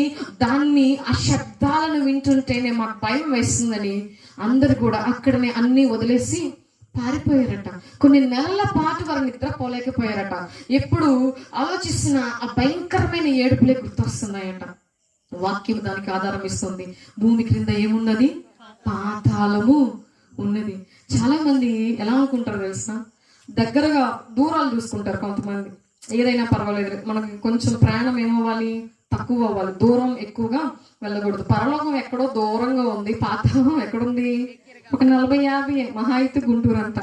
కాకపోతే అది రోడ్డు మీద వెళ్తాం, ఇది కిందకి వెళ్తామని మీరు ఎవరైనా అనుకొని, అమ్మా నేను ఎక్కువ దూరం ప్రయాణం చేయలేను, నడువు నొప్పులు, కాళ్ళ నొప్పులు, కాస్త నాకు ప్రయాణం పడదని చెప్పేసి దగ్గర అనుకుని పాతాళానికి వెళ్దాం అనుకున్నారో అది చాలా భయంకరమైన దేవుని ప్రియబిడ్డలారా. యోబు గ్రంథం 24వ అధ్యాయం 19వ వచనం చూస్తుంది. అసలు పాతాళం ఏం చేస్తుందంట? పాతాళానికి కూడా ఒక పని ఉన్నదంట. చూద్దాం, యోబు గ్రంథం 24వ అధ్యాయము 19వ వచనం. యోబు గ్రంథము అనావృష్టి చేతను, ఉష్ణము చేతను, మంచు నీళ్లు ఉన్నట్లు పాతాళము ఎగిసిపోవునట్లు పాతాళము చేసిన వారిని పట్టుకొను. పాపము చేసిన వారిని పాతాళం ఎవరిని పట్టుకుంటుందట? ఓన్లీ పాపము చేసిన వారిని పట్టుకుంటుంది కానీ నీతిమంతులని పట్టుకోదు. పాపము నుండి విడుదల చెందిన వారిని పట్టుకోదు. అందుకే యేసుప్రభువు వారు దేని కొరకు వచ్చారు? పాపము నుండి విడిపించడానికి, పాతాళము నుండి తప్పించడానికి. హల్లెలూయా. చాలా మంది ఏముందిలేండి, పాతాళానికి వెళ్తాము, పరలోకానికి వెళ్తాము, నరకానికి వెళ్తాము, ఎవడు దూరం వచ్చాడు, బతుకున్నాలే జీవితం, చచ్చిపోయినాక జీవితము ఏది ఉండదు అనుకుంటున్నారేమో. సేనా దయ్యాలు అని మనకు క్రొత్త నిబంధన గ్రంథంలో కనిపిస్తాయి. ఒక వ్యక్తికి ఎన్ని దయ్యాలు పడతాయి? సేన అనగా కొన్ని వేల దయ్యాలు, ఇంచుమించు 6,000 దయ్యాలు. సేన అంటే 6,000. అయితే ఆ దయ్యాలు ప్రభువుని ఏమని వేడుకుంటున్నాయి తెలుసా? మమ్మల్ని పాతాళానికి పంపించవద్దు. ఒకసారి చూద్దామా ఆ యొక్క మాట? లూకా సువార్త 8వ అధ్యాయము 31వ వచనం. దయ్యాలకు సైతం గడగడ పుట్టించేదే పాతాళమాట. అటువంటిది మనుషులు ఎలా అంత ఈజీగా వెళ్ళగలుగుతున్నారు? చదవండి. నీ పేరేమని వాడిని అడుగగా, ఆ చాలా దయ్యములు వానిలో చొచ్చి ఉండెను గనుక ఆ వాడు తన పేరు సేన అని చెప్పి ఆ పాతాళములోనికి పోవుటకు పాతాళములోనికి పోవుటకు తమకు ఆజ్ఞాపింపవద్దని ఆయనను దయ్యాలే ఏం వేడుకుంటున్నాయట? దయచేసి మమ్మును పాతాళానికి. అసలు దయ్యాల పుట్టినిల్లు పాతాళమే కదా. అట్లాంటిది మేము అక్కడికి వెళ్ళమంటే అవే అంత భయంకరంగా దానికే దడదడ చాలా భయం అనిపించిందంటే మానవులకి ఇంకెలా ఉంటుంది? దేవుని ప్రియబిడ్డలారా, ఈరోజు ఆ నరకము నుండి, పాతాళం నుండి తప్పించడానికి ఆయన మనకి ఈ భూమి మీదకి వచ్చి ఉన్నారు. ఎందుకంటే అధికారము ఆయన దగ్గర ఉన్నది. పాతాళం నుండి తప్పించుటకు శక్తిమంతుడు ఆయన, సమర్థవంతుడు ఆయన. ఎందుకంటే ప్రకటన గ్రంథం 1వ అధ్యాయం 18వ వచనంలో ఆయన దగ్గర పాతాళము మీద అధికారం ఉన్నది, తాళాలు ఉన్నాయట. తాళాలు దేన్ని సూచిస్తున్నాయి? అధికారాన్ని సూచిస్తుంది. పాతాళాన్ని మూయగలిగిన వాడు ఆయనే, తెరవగలిగిన వాడు కూడా ఆయనే, నిన్ను పాతాళం నుండి తప్పించగలిగిన వాడు కూడా ఆయనే. హల్లెలూయా. ఒక మాట చూసుకుందాం. ప్రకటన గ్రంథం 1వ అధ్యాయం 18వ వచనం. కడపటి వాడను, నేను కడపటి వాడను, నేను మొదటి వాడను, కడపటి వాడను, జీవించు వాడను, మృతుడనైతేనే గాని మృతుడనైతిని కాని ఇదిగో యుగయుగములు సజీవుడనై ఉన్నాను. మరియు మరణము యొక్కయు పాతాళ చూడండి, మరణము యొక్కయు పాతాళ లోకము యొక్కయు తాళపు చెవులు నా స్వాధీనములో ఉన్నవి. నా స్వాధీనములో. మరణము యొక్క, పాతాళ లోకము యొక్క తాళపు చెవులు ఎవరు స్వాధీనములో ఉన్నాయి? ఆయన స్వాధీనములో ఉన్నాయి. కాబట్టి వాటిని నీ కొరకు మూసివేయడానికి, వాటి నుండి నిన్ను తప్పించడానికి ఆయన భూమి మీదకి వచ్చి ఉన్నాడు. హల్లెలూయా. నశించిపోతున్న నిన్ను వెతికి రక్షించడానికి వచ్చాడు. పాపంలో పడి ఉన్న నిన్ను విడిపించడానికి వచ్చాడు. పాతాళ లోకానికి ఎక్కడ తెలియక వెళ్తావో అని తప్పించడానికి వచ్చాడు. దేవుని ప్రియబిడ్డలారా, మామూలుగా మనకి పల్లెటూరులో కొన్ని విష పురుగులు ఉంటాయి. అంటే లైక్ మంటరగబ్బలు, తేళ్లు, అప్పుడప్పుడు పాములు కూడా కనిపిస్తూ ఉంటాయి. ఎవరన్నా ఆ త్రోవన వెళుతున్నారు అనుకోండి, పక్కనే పాము కనిపిస్తుంటే చూసిన వారు పక్కకు లాగుతారా లేదా? మనకి ఎందుకులే, పామే కదా, కాటేస్తుంది వదిలేస్తారా? మనమత్వం ఉన్నవారు ఎవరైనా కానీ ఏం చేస్తారు? శత్రువు అయినా సరే ఆ టైంలో ఏంటి, వెంటనే మానవత్వం అనేది ఒకటి వస్తుంది, పక్కకి లాగి రక్షిస్తారు. వారు గొప్పగా చెప్పుకుంటారు, వాడి దగ్గర పాము రాబోతుంటే నేనే ఆపాను, పక్కకి లాగాను. ఇక్కడ నీకే మానవత్వం అంత ఉంటే దేవాది దేవునికి మానవుల మీద ఎంత ప్రేమ ఉంటుందండి. హల్లెలూయా. ఒక మనిషి సాటి మనిషిని అంతగా ప్రేమిస్తే దేవుడు ఇంకెంతగా అంటే ప్రాణము పెట్టేంతగా ప్రేమించాడట. హల్లెలూయా. అందుకే పాతాళము నుండి తప్పించడానికి ఆయన వచ్చాడు. ఆయన ఒక్కడే సమర్థుడు. హల్లెలూయా. ఇంకొక ఆప్షన్, ఇంకొక ఛాన్స్ అనేది లేదా దేవుని ప్రియబిడ్డలారా. ఇలానే ఒక కుటుంబం ఉన్నది, భార్యాభర్తలు ఉన్నారు. భార్య చక్కగా దేవుని మందిరానికి వెళ్ళేది, సన్నిధికి వెళ్ళేది, వాక్యంలో బలపడుతూ ఉండేది. భర్తను ఎన్నో సార్లు అడిగేదట, అయ్యా నువ్వు కూడా మందిరానికి రా, ఎన్ని రోజులని ఇట్లా ఉంటాం, ఆయన దేవుడు అని మనకు తెలుసు, మన కుటుంబం అంతా దేవుని నమ్ముకున్న వాళ్ళమే కదా, నువ్వు ఒక్కడవే ఏంటి ఇంతవరకు మందిరానికి నడవట్లేదయ్యా, బాధగా అనిపిస్తుందంటే అతను అంటాడంట, వచ్చే వారం వస్తా, క్రిస్మస్కి వస్తా, లేకపోతే న్యూ ఇయర్కి వస్తా అని రోజుకి ఏం చేస్తున్నాడు, దాట వేస్తా ఉన్నాడు. ఇలా ఉంటుండగా కొన్ని సంవత్సరాలు గడిచిపోయినాయి. అతని ఆరోగ్యం అంతా ఏమైపోయింది, క్షీణించిపోయింది. ఆరోగ్యం అంతా కూడా పాడైపోయింది. ఈమె పాస్టర్ గారికి చెప్తుంది, అయ్యా నా భర్త ఆరోగ్యము పాడైపోతుంది, ప్రార్థన చేయండి అంటే పాస్టర్ గారు ధైర్యం చెప్తున్నారు, ఏం కాదులేమ్మా ధైర్యంగా ఉండు, ప్రార్థన చేద్దాం, దేవుడు సహాయం చేస్తాడు. అలాగే కొన్ని హాస్పిటల్ తిప్పినప్పుడు ఆ టెస్ట్లన్నీ చేసినప్పుడు ఏం తెలిసిందంటే ఇతనికి లివర్ ఫెయిల్ అయిపోయింది, హార్ట్ ఫెయిల్ అయిపోయింది, కిడ్నీ కూడా ఫెయిల్ అయిపోయింది, ఏ ఆర్గాన్స్ కూడా సరిగ్గా పని చేయడం లేదు, ఇతను బ్రతకటం కష్టం అని చెప్పారు. ఏం కష్టం అని చెప్పారు? ఇతను బ్రతకటం కష్టం అని చెప్పారు.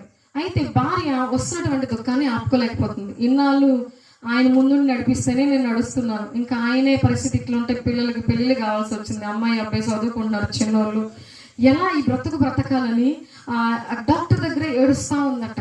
అయితే ఇతనికి చెప్పలేదు ఈ విషయం, ఏంటి ఇంత సీరియస్ గా ఉందని.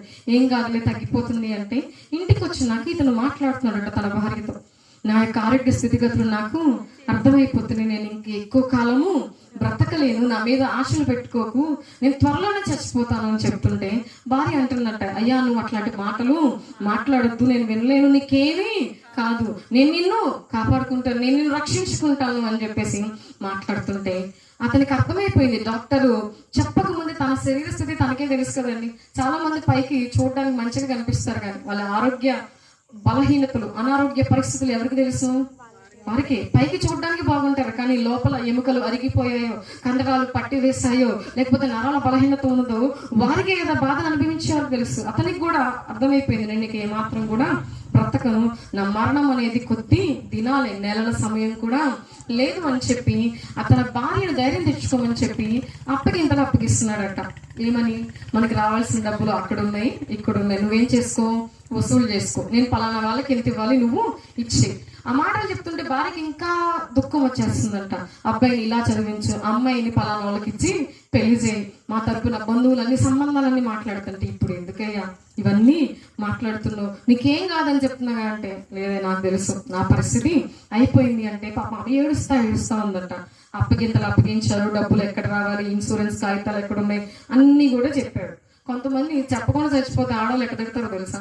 భర్తది కూడా చూడండి. అందుకే అతను పాపం ఎక్కడో అనుభవపూర్వకంగా చూస్తుంటాడు. అందుకని మొత్తం ఏం చేశాడు, ఉన్నంతసేపు ఆయనే రాజ్యము రాజుగా వెళ్ళాడు. చచ్చిపోతున్నాకైనా భార్య దగ్గరైనా మంచి పేరు తెచ్చుకోవాలని అన్ని అప్పచెప్పాడు. నాకు గుర్తుండవయ్య అంటే కావాలంటే పిల్లల చేత రాయించుకో అని చెప్పాడు. అంతా అయిపోయినాక అప్పగింతలు ఇచ్చినాక అంటున్నాడు, ఒక్క కోరిక, అది ఏంటి కోరిక? ఒక చిన్న కోరిక, అది తీరుస్తావా? ఇదే నా ఆఖరి కోరిక అన్నాడు. ఆఖరి కోరిక అనగానే మనసుకి ఏమనిపిస్తుంది? బాధ అనిపిస్తుంది. అది ఎంత కష్టమైనా కానీ చేయాలనిపిస్తుంది. ఆఖరి మాటలకు అంటే ఆఖరి మాటలను ఏమంటారంటే మరణ వాంగ్మూలం అని కూడా అంటారు. కోర్టులో కూడా దానికి ఎంతో వ్యాలిడ్ పాయింట్స్ ఉన్నాయి. నిజానికి మనము యేసు ప్రభువు వారు శిలువ మీద పలికిన 7 మాటలకు కూడా ఎంతో విలువనిస్తాం. ఎందుకంటే అవి ఆఖరి మాటలు, మన యొక్క జీవితాలను ప్రభావితం చేసేటువంటి మాటలు కదా. అయితే ఆఖరి కోరిక అనగానే ఏడుపంతా ఆపుకొని ఏం చెప్పబోతున్నాడని ఆసక్తిగా వింటుంటే ఏమే ఆఖరి కోరిక ఇది మాత్రం కాదనుకో అని చెప్తే సరే చెప్పయ్యా అందట. అతను వెంటనే చెప్తున్నాడట, నేను చచ్చిపోతాను, ఎటు నాకు వైట్ డ్రెస్ ఒకటి వేస్తారు, సమాధి బాక్స్ ఒకటి తెస్తారు, నేను ఎంత చెడ్డోడినైనా ఎంత దుర్మార్గుడినైనా పాస్టర్ గారు ఏం చెప్తారు, నేను మంచోడినని చెప్తారు. నువ్వు ఆ మాటలు విని మోసపోబాకు, నేనైతే మంచోడిని కాదు, నేను మహా దుర్మార్గుడిని, నువ్వు అక్కడ ఏడుస్తా కూర్చోబాకు. అయితే నా కోరిక ఏంటి అంటే ఒకటి చెప్పాడంట, ఏమే సిగరెట్లు లేకుండా నేను ఉండలేను కదా, నేను చచ్చిపోయినాక నువ్వేం చేస్తావు? సిగరెట్ పెట్టెలు తీసుకొచ్చి దేంట్లో పెట్టాలి? బాక్స్ ఉంటది కదా, శ్మశానంలో పెడతారు, సమాధి కార్యక్రమంలో. ఆ బాక్స్ లో నువ్వు సిగరెట్ పెట్టెలు కనీసం ఒక 40 అన్నా 50 అన్నా వెయ్యివే, ఇదే నా ఆఖరి కోరిక అన్నాడట. ఆమెకి ఏడుపు వచ్చేస్తుందంట. ఇంకా ఆఖరి కోరిక ఏం కోరాడు? నా చేతితో నా అన్నం తినాలనుకుంటున్నాడు, లేకపోతే బంధువులందరూ చూడాలనుకుంటున్నాడు, ఇంకెక్కడికైనా తీసుకెళ్లాలనుకుంటున్నాడు అని ఆమె ఎక్కువ ఊహించేసుకుంది. కానీ ఆయన కోరిక ఏంటి? అసలు చచ్చిపోవడానికి కారణం ఏంది? ఆ సిగరెట్లేగా. ఎక్కువ తాగే కదా లివర్ చెడిపోయింది, కిడ్నీ చెడిపోయింది, హార్ట్ మరి ఫెయిల్ అయిపోయింది, అంతా చెడిపోయింది. దేనికోసం? ఆ సిగరెట్ల వల్లే. ఇతను చచ్చిపోయే స్థితిలో కూడా దేన్ని వదలలేకున్నాడు? సిగరెట్లు వదలలేకున్నాడు. అంటే సరే అయ్యా నేను అట్లాగే సిగరెట్లు తెచ్చి పెడతానులే పెట్లో అందంట. నేను నిన్ను నమ్మను, నేను చచ్చిపోయాను అనుకో నా శవం దగ్గర కూర్చుని గుండెలు కొట్టుకుంటా కూర్చుంటావు కానీ నువ్వు అక్కడి నుంచి కదము కూడా కదలవు. ఆ టైంలో నువ్వు షాప్కి వెళ్ళి తెస్తే చూడటానికి బాగోదు కాబట్టి నువ్వేం చెయ్యాలి? ఇప్పుడే నా దగ్గర డబ్బులు నేను తీసిచ్చి ఏం తీసుకురమ్మన్నాడు? సిగరెట్ పెట్టెలు తీసుకురమ్మన్నాడు. ఏంటి మా ఆయనకి నా మీద నమ్మకం లేదా నిజంగా అని చెప్పి ఆమె బాధపడతానే డబ్బులు తీసుకెళ్ళి షాప్ దగ్గరికి వెళ్ళబోతా ఉందట. షాప్ దగ్గరికి రెడీ అయిపోయింది. 2-3 సార్లు గట్టిగా చెప్పాడంట, నువ్వు ఇప్పుడు తెస్తేనే నేను తృప్తిగా చచ్చిపోతాను, లేకపోతే నేను చచ్చిపోయిన హడావిడిలో వాటిని ఏం చేస్తావు, మర్చిపోతావు. అది కూడా ఎట్లా పెట్టాలో చెప్పాడు. ప్రార్థన చేస్తున్నప్పుడు అందరూ కళ్ళు మూసుకుంటారు కదా, నువ్వు కూడా నిద్రమోహం కళ్ళు మూసుకోకుండా కళ్ళు తెరిచి ఏం చేయాలి, పాస్టర్ గారు ప్రార్థన చేస్తున్నప్పుడు ఆ యొక్క పెట్టె లోపలికి దింపేటప్పుడు నువ్వు ఎవరో చూడకుండా ఏం చేయాలి, పెట్టెలో ఆ యొక్క పెట్టెలన్నీ కూడా వేసేయాలని చెప్తే అన్ని చక్కగా ప్లాన్ ఏమో గుర్తు పెట్టుకుంటుంది. అయితే కొంచెం దూరం వెళ్ళి వచ్చి వెనక్కి వచ్చింది. మళ్ళీ అర్థం కాలేదు, ఎందుకే వెనక్కి వచ్చావు, ఇంకా కొట్టుకి వెళ్ళలేదు, నా ఆఖరి కోరిక తీర్చడం ఇష్టం లేదంటే, అయ్యా సిగరెట్లు అయితే చెప్పావు కానీ అగ్గిపెట్ట వద్దా అని అడిగిందంట. ఏమడిగింది, అగ్గిపెట్ట వద్దా అని అడిగితే నిజంగా అమాయకురాలే కదా. శ్మశానంలోనికి వెళ్ళేవాడు సిగరెట్లు అడగడం ఏంటి, వాళ్ళ భార్య అమాయకంగా వచ్చి అయ్యా సిగరెట్లు కావాలనుకుంటున్నావు కానీ వెలిగించుకోవాలంటే అగ్గిపెట్ట కావాలి కదా, మరి అగ్గిపెట్ట కూడా తీసుకురానా అందంట. వెంటనే అతను అన్నాడట, వస్తే పిచ్చి మొహం దానా, నేను వెళ్ళేది ఏమన్నా పరలోకానికా, నేను వెళ్ళేది ఎక్కడికి, పాతాళానికి నరకానికే కదా. మీ పాస్టర్ గారు ఎన్నిసార్లు వాక్యం చెప్పారు, నువ్వు చర్చికి వెళ్ళి కూడా వాక్యం వినట్లేదు. నేను రాకుండానే వాక్యము విన్నాను. నరకంలో ఏముంటుంది, పురుగు చావదు, అగ్ని, అక్కడే పోవాలంత అగ్ని ఉంటే మళ్ళీ వెయిట్ ఎందుకే, ఇక్కడ అగ్గి పెట్టా వద్దన్నాడంట. వినడానికి హాస్యాస్పదంగా ఉంది కానీ ఎంత భయంకరమైనటువంటి పరిస్థితి దేవుని ప్రియబిడ్డలారా. ఇక్కడ మనం ఇందాక చూసాం, దయ్యాలకే దడ పుట్టిందట. ఆయనను 6,000 దయ్యాలు కలిసి వేడుకుంటున్నాయట. ఏమని, మమ్మల్ని పాతాళ లోకంలోనికి మాత్రము పంపించవద్దు. అంత భయంకరమైనటువంటి ప్రదేశానికి, ఆ స్థితిలోనికి నువ్వు వెళ్లకుండా నిన్ను తప్పించడానికి ఆయన ఈ లోకానికి వచ్చి ఉన్నాడు. హల్లెలూయా. కాబట్టి దేవుని ప్రియబిడ్డలారా, ఆయన ఎందుకు వచ్చి ఉన్నాడు అది జ్ఞాపకం చేసుకొని దాని ప్రకారం మనం జీవించుదము గాక. 3 పాయింట్లు అయిపోయినాయి. ఆఖరి పాయింట్ 4వ పాయింట్ చెప్పి నేను ముగింపులోనికి వస్తాను. 4వది, మొట్టమొదటి నశించిన దాన్ని వెతికి రక్షించడానికి వచ్చారు. 2వది పాపాల నుండి విడిపించడానికి. 3వది పాతాళము నుండి తప్పించడానికి. ఫైనల్ గా ఇన్ని చేసిన ప్రభు పరలోకానికి చేర్చడానికి వచ్చారట. హల్లెలూయా. ఎందుకు వచ్చారు, పరలోకానికి. చాలా మందికి అమెరికా వెళ్ళి చదువుకోవాలని, కెనడా వెళ్ళి చదువుకోవాలంటే, హైదరాబాద్ లో జాబులు చేయాలని ఆశ ఉంటారు. అయితే పిల్లలు అంటారు, మేము అక్కడ సెటిల్ అయిపోగానే వచ్చి మిమ్మల్ని తీసుకెళ్తాం. సెటిల్ అయిపోయినాక కనీసం ఫోన్ కాల్స్ కూడా రావు. ఎందుకంటే భారం అనుకుని వదిలేస్తారు. యేసు ప్రభు వారు కేవలం తాను ఒక్కడే పరలోకానికి వెళ్ళడానికి రావలేదు కానీ మనకి కూడా పరలోకానికి దారి చూపించడానికి వచ్చారు. హల్లెలూయా. ఆయన ఎందుకు వచ్చారు, మానవులు ఎక్కడి నుండి వచ్చారో ఆ యొక్క విషయాన్ని మర్చిపోతున్నారు.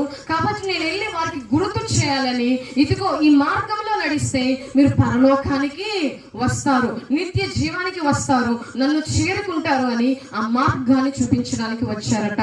యోహాను సువార్త చూద్దాము. 14వ అధ్యాయము 6వ వచనంలో ఇలా ఉంటుంది కదా, నేనే మార్గము, నేనే సత్యము, నేనే జీవము, నా ద్వారా తప్ప ఎవడును తండ్రి యొద్దకు, నేనే I'm the route, I'm the truth and I'm the life. నేను తప్ప ఇంకొకటి మీకు లేనే. ఇంతకన్నా ఎవరైనా చెప్పిన వారు ఉన్నారా? ఇంత సత్య మార్గాన్ని బోధించిన వారు ఎవరైనా ఉన్నారా? ఇంత ప్రేమను చూపి ప్రాణాలు అర్పించిన వారు ఎవరైనా ఉన్నారా? మహిమను విడిచి ఈరోజు మనకి గ్రామంలో ఒక పంచాయతీలో ఒక సర్పంచ్ అయితేనో ఒక వార్డు మెంబర్ అయితేనే మనం ఏంటి నిలవం, నాకే కనుక అధికారం ఉంది అని చెప్పేసి. నేను మొన్న ఎక్కడో ఒక ప్రాంతానికి మీటింగ్కి వెళ్తూ ఉన్నప్పుడు ఒక కారు మీద పలానా ఊరు అని చెప్పేసి సర్పంచ్ అని ఉంది. అంటే సర్పంచ్ తను ఏమని తెలియజేసుకోవాలనుకుంటున్నాడు చుట్టూ ఉన్న అందరికి, నేను ఒక హోదాలో ఉన్నాను, ఒక ప్రభుత్వంలో పనిచేస్తున్నానని, ఒక గ్రామానికి చెందిన, ఒక పంచాయతీకి చెందిన సర్పంచే అందరికి తెలియాలని గొప్పగా కారు మీద వేసుకుంటున్నాడే. ఈరోజు అధికారాన్ని, సింహాసనాన్ని, ఈరోజు ఎవరైనా అధికారం నుంచి పక్కకి వెళ్తే భయం, ఎవడొచ్చి కూర్చుంటాడు, అవునా కదా? ఎవరైనా అధికారాన్ని అంత తేలిగ్గా వదులుకుంటారా అండి?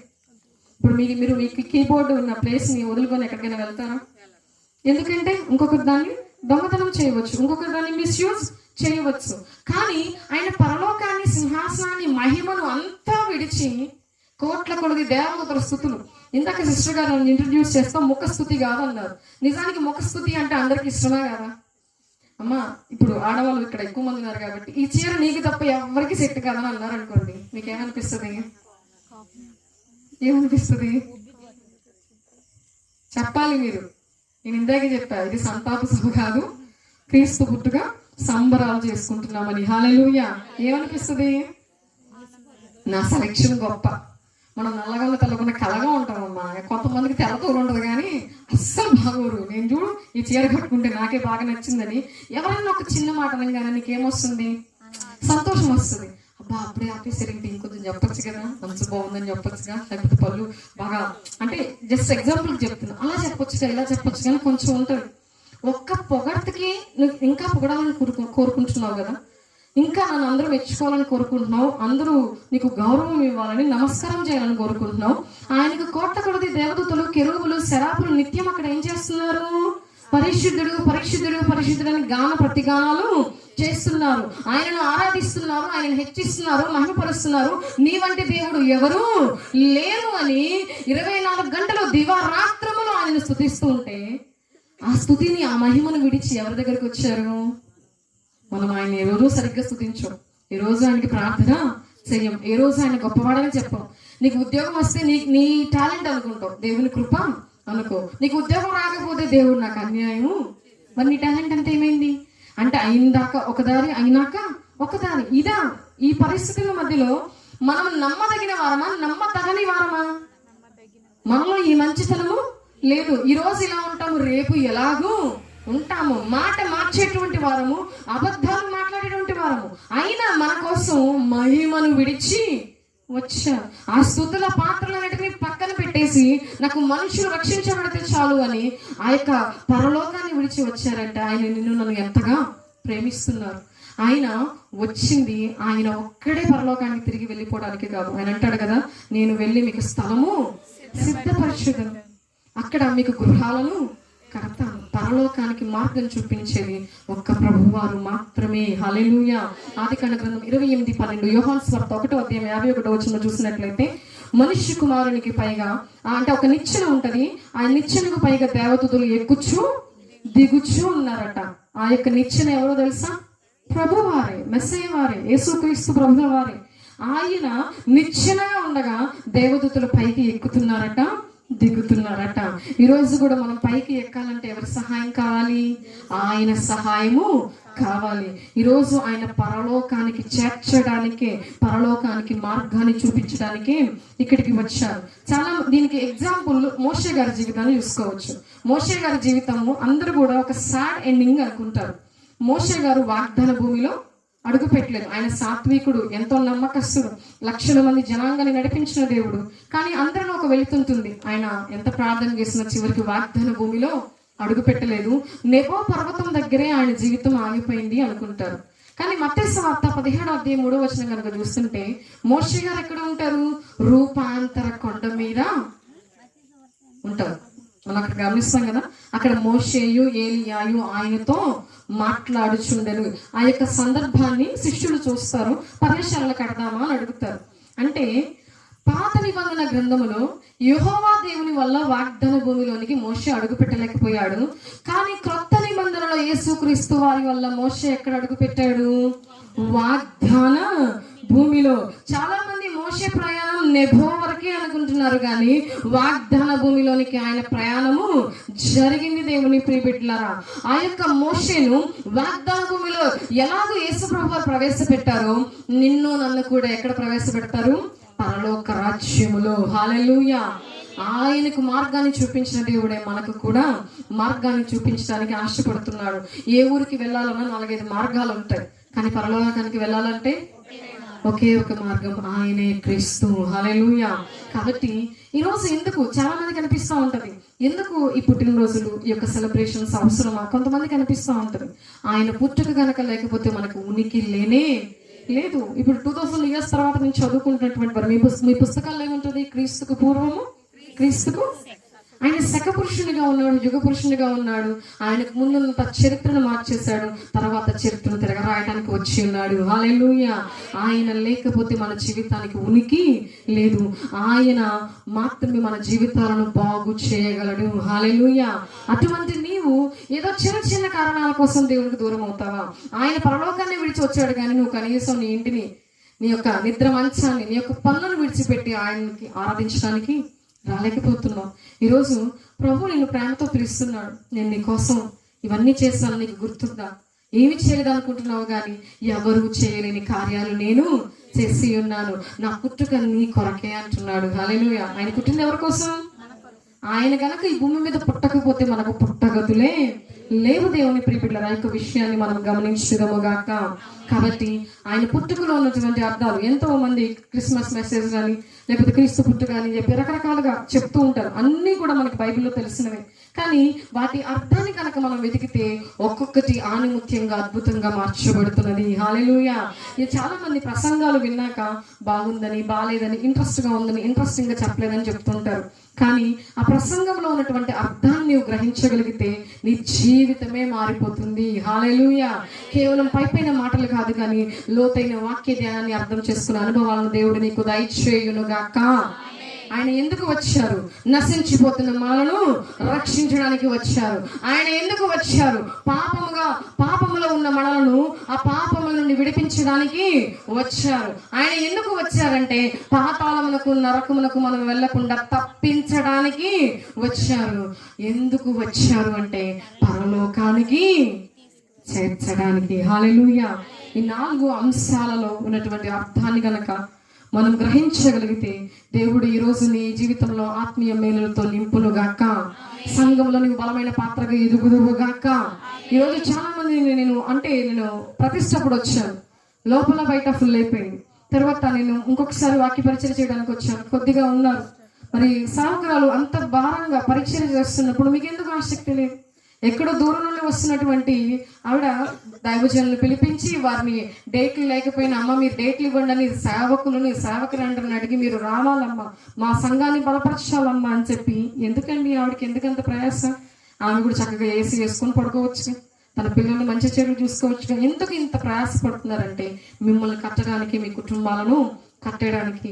ఎన్నో క్రీస్తు పుట్టుక జన్మదినాలు వచ్చినాయి, ఎన్నో నూతన సంవత్సరాలు వస్తున్నాయి పోతున్నాయి, కానీ నీ జీవితంలో ఒక కార్యం కూడా జరగట్లేదేమో. ఈ సంవత్సరం ఎప్పటిలాగా కాకుండా నీ జీవితంలో దేవుడు నూతన కార్యములను స్థిరపరచునుగాక. నీ ఆత్మలో దేవుడు రూపాంతర అనుభవాన్ని దయచేయునుగాక. ఈ యొక్క వాక్యం ద్వారా దేవుడు నిన్ను స్థిరపరచునుగాక. సేవకురాలి పరీక్షలు నువ్వు బలమైన సాధనంగా ఉందువుగాక. దేవుడు కొద్ది మాటలను దీవించి మన ఇక్కడ ఆశీర్వదించి ఫలింప చేయునుగాక. అందరం లేచి నిలబడినట్లయితే చిన్న ప్రార్థన చేసుకుందాం. చిన్న ప్రార్థన.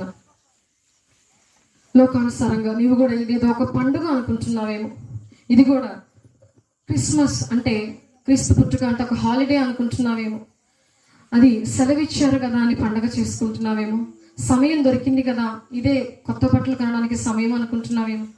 అమ్మా, అవన్నీ లోకానుసారమైనవి. కానీ దేవుడు నీ హృదయాన్ని అడుగుతున్నాడు ఈరోజు. నీ ఆలోచనలతో ప్రమాదకరమైన హృదయంగా నీ యొక్క స్థితిగతులు మారిపోయాయే. నువ్వు ఎక్కడికి వెళుతున్నావు? గమ్యం తెలియక పరిగెడుతున్నావే. ఈరోజు దేవుడు నిన్ను ప్రశ్నిస్తూ ఉన్నాడు. నేను ఈ భూమి మీదకి రావడానికి గల కారణాలు నీకు తెలుసా? నువ్వు వాటిని గ్రహించితే గనక వాటిని నువ్వు మననం చేసుకోగలుగుతావు, నన్ను హృదయపూర్వకంగా ఆహ్వానించగలుగుతావు. అక్కడ పుట్టాడు ఇక్కడ పుట్టాడని కాదు, నీ హృదయంలో ఆయన జన్మించి ఉన్నాడు. నీవు ఆయన కొరకు తలుపు తెరిచి ఉన్నావు. ఎన్నో సంవత్సరాల క్రైస్తవ జీవితమే కానీ క్రీస్తు అంటే తెలియదు, క్రీస్తు ప్రేమ అంటే తెలియదు, పరిచర్య అంటే తెలియదు, వాక్య ధ్యానం అంటే తెలియదు, ప్రార్థన అంటే తెలియదు, ఉపవసించుట అంటే తెలియదు, ఆసక్తి అంటే తెలియదు. ఏదో వస్తున్నాము పోతున్నాము అన్నట్టుగా ఉన్నామేమో. ఈ సంవత్సరం అలా ఉండకూడదని ప్రభువు కోరుకుంటున్నారు. ఇప్పటి వరకు లేనటువంటి ఆసక్తిని, ఇప్పటి వరకు లేనటువంటి ఆత్మ తలాంతులను, ఇప్పటి వరకు లేనటువంటి కృపావరాలను సంఘంగా నీవు పొందాలనుకుంటే ఈ యొక్క గాస్పల్ చర్చ్ మినిస్ట్రీస్ ద్వారా నేను కూడా వాడబడాలి ప్రభువా, నేను కూడా వెలుగుచున్న ఒక నక్షత్రం వలె, ఒక తార వలె ఉండాలని ఆశపడుతున్నాను నీవు అనుకుంటున్నాను. ఈ రోజు ఆసక్తితో ప్రార్థన చేయి. ప్రభు నీ హృదయాన్ని తెరవబోతున్నాడు. ఇదిగో ఆయన మాటలకు తలయొగ్గి, ఆయన మాటలకు చెవియొగ్గి, ఆయన ఉపదేశమును ఆలకించి ప్రార్థించడానికి సిద్ధపడు. దేవానికి వందనాలు చెల్లిస్తున్నా. పరిశుద్ధుడా, ప్రేమ కలిగిన మా తండ్రి, మీ బంగారు పాదాలకు స్తుతులు స్తోత్రాలు చెల్లిస్తున్నా. ఇక్కడ చేరి ఉన్నటువంటి సంఘమును, సంఘ బిడ్డలను మీరు జ్ఞాపకం చేసుకోండి. మరి ముఖ్యంగా దైవజనులను, వారి పరిచయం, వారి కుటుంబాన్ని మీరు జ్ఞాపకం చేసుకోండి. నేను అక్కడ పర్యంతము కాపాడమని వేడుకొనిచున్నా. ఎంతో భారభరితమైన పరిచయను వారు చేస్తుండగా నా తండ్రి, ఏ సంఘంలో ఇంకా ఆసక్తిని మీరు పుట్టించమని వేడుకొనిచున్నాం. సహకారులను మీరు లేవనెత్తమని వేడుకొనిచున్నాం. నమ్మకమైన పని వారిని మీరు లేవనెత్తుదువుగాక. అయా కృపావరములతో నీవు నింపుదువుగాక, ఆత్మఫలములతో నీవు నింపుదువుగాక. ఇప్పటి వరకు అనాసక్తిగా ఉన్న ప్రతి ఆత్మను నీవు